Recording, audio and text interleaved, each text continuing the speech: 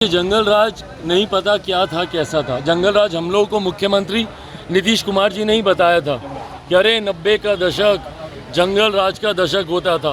पिछले विधानसभा के चुनाव में कैसे घूम घूम कर बताते थे कि जाओ जाकर पूछो अपने बाप दादा से 15 साल पहले का बिहार कैसा था। जिन लोगों ने पार्टी को धोखा दिया है उन लोगों को गठबंधन में रखकर उन लोगों को चुनाव लड़ाकर गठबंधन की बातें आगे बढ़े ये भी संभव नहीं है। एक बार फिर से कहा जा रहा है कि भाई लालू यादव जंगल राज वापसी हो गई, किडनैपिंग शुरू हो भाई गई। देखिए, जंगल राज नहीं पता क्या था कैसा था। जंगल राज हम लोगों को मुख्यमंत्री नीतीश कुमार जी ने ही बताया था कि अरे 90 का दशक जंगल राज का दशक होता था।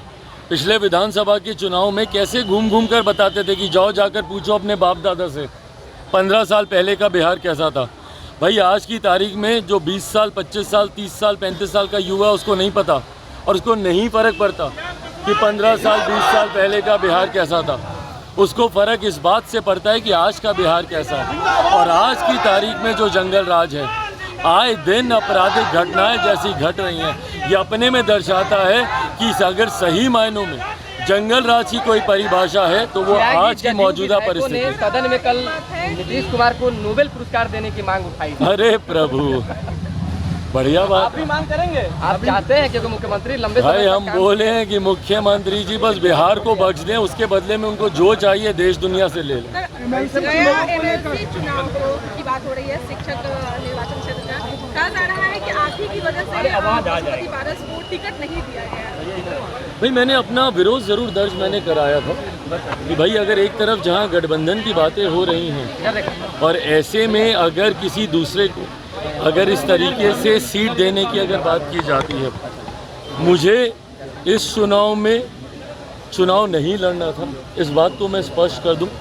मात्र एक सीट को लेकर मैंने पहले भी कहा है कि एनडीए से गठबंधन की चर्चाएं चल रही हैं, पर जब तक तमाम बातें क्लियर नहीं हो जाती, Bihar first Bihari first vision document को लेकर हो, लोकसभा की सीटों को लेकर हो, विधानसभा की सीटों को लेकर हो, तब तक किसी भी तरीके की गठबंधन की घोषणा करने का मतलब नहीं। और ऐसे में मात्र एक सीट पर चुनाव लड़ने के लिए या 2 सीटों पर चुनाव लड़ने के लिए एमएलसी की मैं गठबंधन की घोषणा कर दूं, ये पार्टी का फैसला कभी था ही नहीं। तो इन चुनाव में हम लोगों ने चुनाव नहीं लड़ना था, ये बात पूरी तरीके से स्पष्ट थी।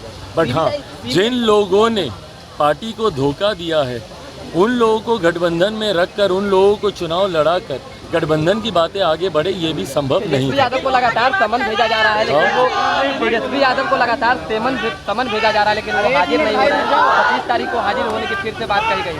लगता है कि कुछ डर है कि बात। भाई मुझे लगता है ये एक न्यायिक प्रक्रिया का हिस्सा है।